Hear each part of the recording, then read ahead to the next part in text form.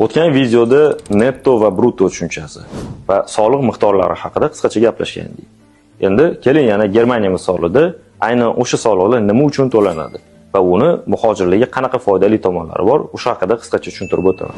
Germaniyada ishlaganimda oyligim 2,5 ming, 3 ming bo'lsa-yu 35-40% dan soliqqa to'lasam, o'zi nima uchun to'layman degan savol sizda albatta bo'ladi. Birinchisi, siz pensiya uchun to'laysiz. Ma'lum vaqt Germaniyada yashaganingizda yoki vatanga qaytish paytida o'sha to'lagan pensiyangizni ma'lum miqdorini yechib olish imkoniyatingiz yoki Germaniyada pensiyaga chiqadigan bo'lsangiz, o'sha pensiya to'lovlarini olish imkoniyatingiz bo'ladi. Keyingisi bu ishsizlik solig'i. Ishsizlik solig'i siz ma'lum sabablarga ko'ra Germaniyada ishsiz qolgan paytingizda davlat sizni ish topguningizgacha bo'lgan vaqt ichida o'sha moliyaviy qo'llab turishi.